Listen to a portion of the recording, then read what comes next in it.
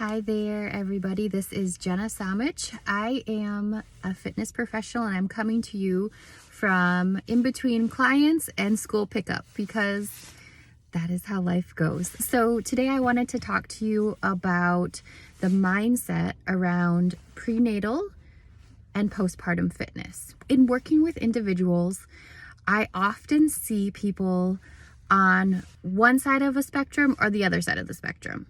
One side of the spectrum is the individuals that are going to do it with me or they're going to do it without me. Regardless, they're going to do it. These individuals may continue to just do what they've always done because they don't know what else to do and they feel they need to continue to keep moving. On the other side of the spectrum are individuals who are going to do it with me or they're not going to do it at all. So they feel overwhelmed or perhaps concerned that whatever they do in terms of movement and fitness in the prenatal or postpartum space is going to be the wrong thing, or they're going to hurt something or cause issues for themselves or their child or their healing or that sort of thing.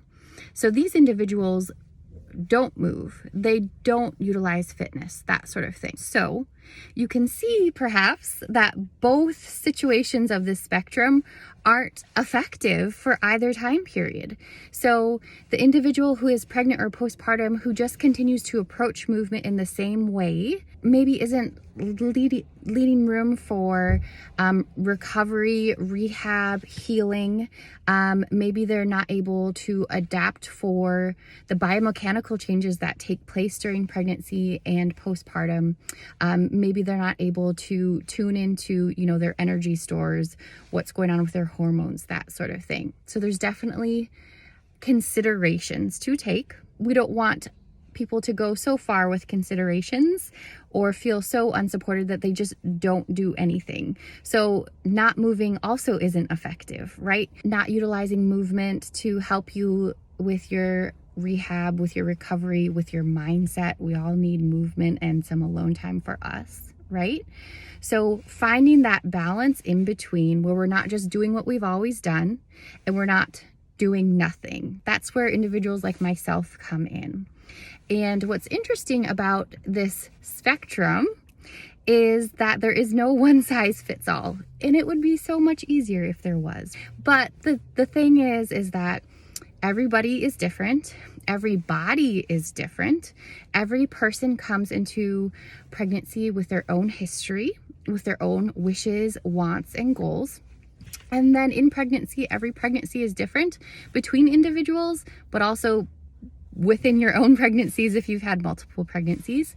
Every birth is different. Every postpartum is different. Okay. This is where I love meeting people where they're at and kind of figuring out all of those things, all those gray areas that you can't put on a list of do's and don'ts to do during prenatal and postpartum fitness. So one thing that I love in working with people in the prenatal and postpartum space is helping them tune into their body and notice what is happening with their movement, because there are big shifts and changes that are taking place.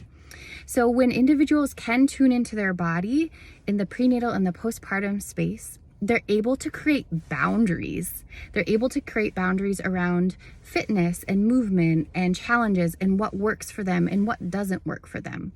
And I am someone who definitely believes that our time with fitness and movement is our practice grounds for taking on other challenges or mindsets out into the world.